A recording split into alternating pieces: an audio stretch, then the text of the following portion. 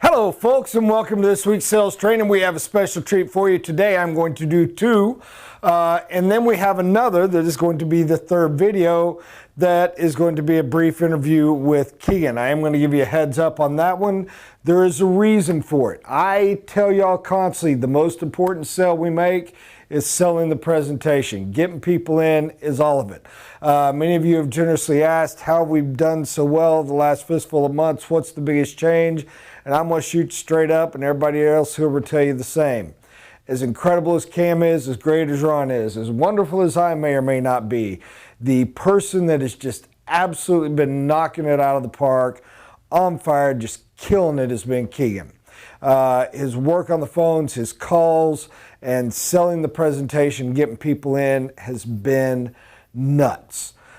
His continued help with Cam on follow-up and following people through and helping to get them closed has been exceptional as well. But the main thing I'm going to do is I'm going to have Richard, who did a great job last week, interview Keegan again this time and just discuss how do you get people in, how do you work the phones, what hours do you call, what is your discipline, and everything else.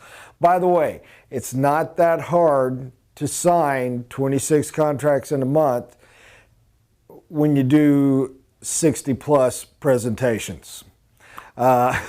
And doing that many presentations means literally running 40+% lead to presentation ratio.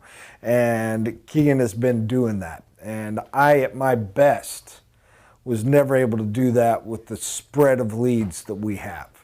I was able to do it with a much tighter, more concentrated quality lead. So, guys, I hope you get something from it.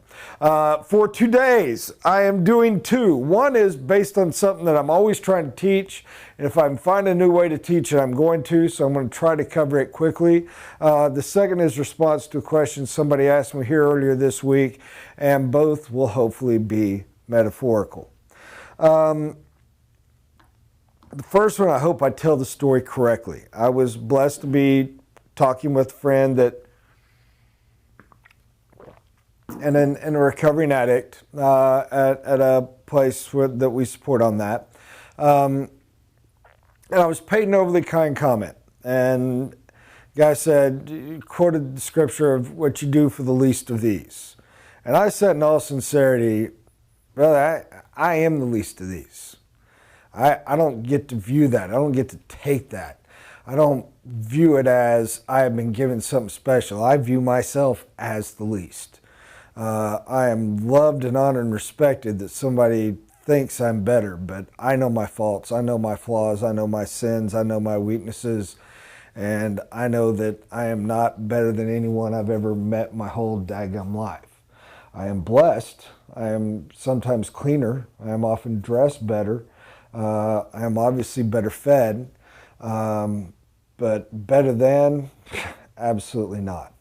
And the recovering lady made the comment that, well, that's just silly, look at.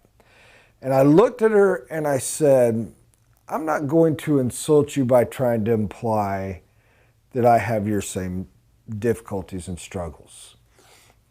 I'm not going to look at you and say, I am blessed because I have not broken at that point. I have been able to survive, and I have not had that hit.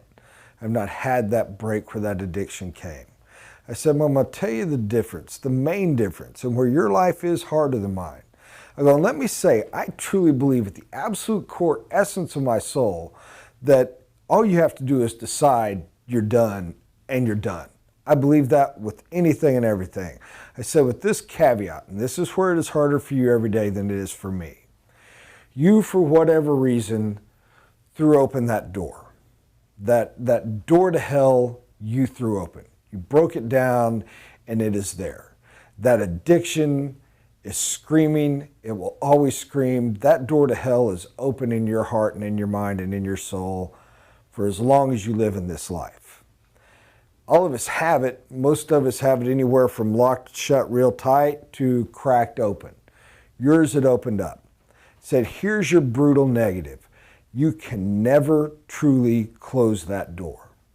It will always be there. I would love to state this metaphor of read this and read that and, oh, you've closed it and it's shut forever. My experience is that would be a lie. But here's the truth. You have the door of grace and salvation that has also been thrown open to you. Which door are you going to look at? Because a crazy thing is this, you can't look at both. Your eyes are not on the side of your head, and one is all the way over here, and one is all the way over there. Which door are you going to look at? Now, I tell you, honestly, most of us do this, and we try to imply that we're looking at them both, but we're not. We're jumping back and forth. Wake up in the morning and say, I'm going to look at the holy door, and look at it, and choose not to look at that one. It is still there. You will make the mistake of glancing now and then, and it will have power because it's wide open. But this one's even wider open. My point to y'all from a sales standpoint is this. We wake up the same way every day. You wake up every day a winner, and you wake up every day a loser. You wake up confident and on fire and ready to close the next deal. And you wake up doubting yourself and weak and, oh golly, things are going to go bad. And every single day you're going to have a win, and every single day you're going to have a loss. Which door are you going to look at? Are you going to look up and say the beatings and the mistakes and the losses door is open, but so is the winner and the blessings and the joys? Which one are you going to look at and how are you going to act? Which one are you going to look at and how are you going to go forward? Which one are you going to look at and when are you going to do it?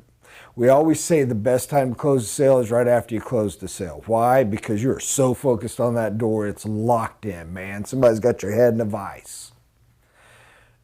You wake up and you need sales. You want to know what the mistake is when you're desperate? You look at the failure door and you lock in on it.